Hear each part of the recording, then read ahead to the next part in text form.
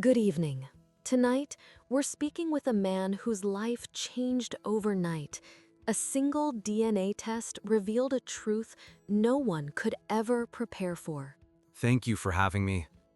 Honestly, I never imagined I'd speak about this publicly. Even now, talking about it feels almost impossible.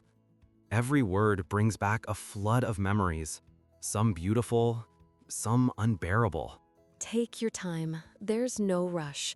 Let's go back to the beginning. When did you first suspect that something might not be right? Can you remember that exact moment?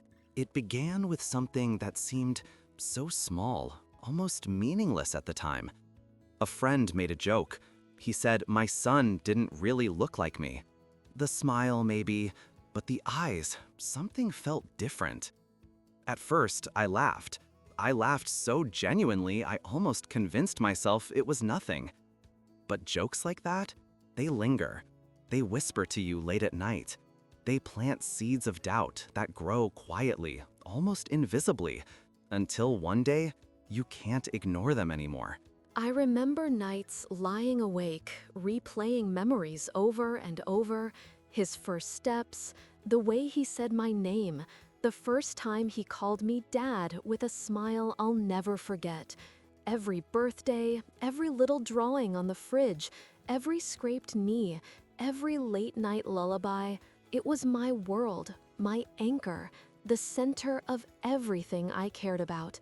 I thought I knew what love was, but I was about to learn that love and certainty can be separate things. His mother and I, we weren't perfect. We argued, we disagreed, we made mistakes. But I believed we had love. I truly did. We built dreams together, laughed, fought, and made plans for a future that now feels like a story from someone else's life. I thought we had a family, a home. That belief, it felt solid, until it wasn't. So, what made you finally decide to take a DNA test? What pushed you to that point? Was it fear, curiosity, or something else entirely? It wasn't just one thing.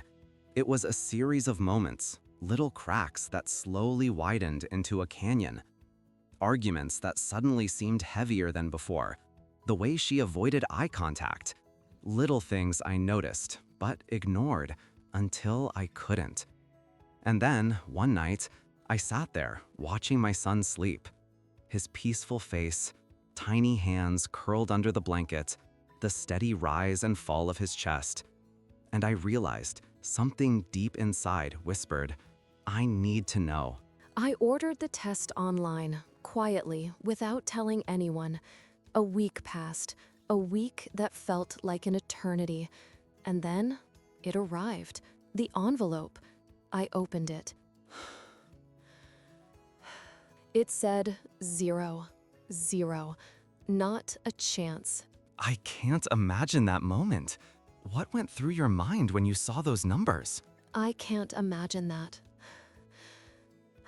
I couldn't breathe. I sank to the floor, trying to make sense of it all. Hours passed, though I can't say how many. Every memory, every "Dad, I love you," every bedtime story, every laugh, it replayed endlessly. And suddenly, it all felt like it had been a lie. I didn't blame him. He was innocent. But a piece of me, something I didn't even know existed, died that day. A part of me that believed in trust, in certainty, gone. Just like that. I remember walking through the apartment, looking at his drawings on the fridge, the scattered toys, the tiny socks, every object, every memory felt heavy, pressing down on me. I wanted to scream, to run, to disappear, but I couldn't.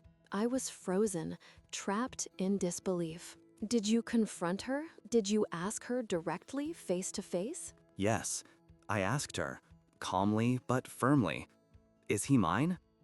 She froze, completely. And then, the tears came. She admitted it, said it was a mistake, one night, One moment, one act she thought would never matter. I can't imagine how unbearable that must have been. It was unbearable. It was. I didn't yell, I didn't fight. I just walked. Hours through the streets, through the neon lights, the noise, the bustling city. Yet inside, there was only silence. A void so deep, it almost felt like I didn't exist. And your son, what happened with him after all of this? He still called me dad, and that broke me in ways I can't even describe. Because even if the truth said otherwise, in his eyes, in his heart, I still was. I made a choice. I couldn't just disappear. I told his mother I would stay, not as a biological father, perhaps, but as the man who promised to protect him, to love him, to be there no matter what. And I kept that promise. There were nights I cried silently after putting him to bed. Nights I questioned everything about myself, about life, about trust. But every morning, I woke up, and there he was, smiling, needing me, loving me. And I realized being a father isn't about DNA. It's about presence, about showing up, about love that persists even when it hurts. Yes, I lost trust. Yes, I was betrayed. But I discovered something even greater. A love that doesn't require proof, doesn't need validation.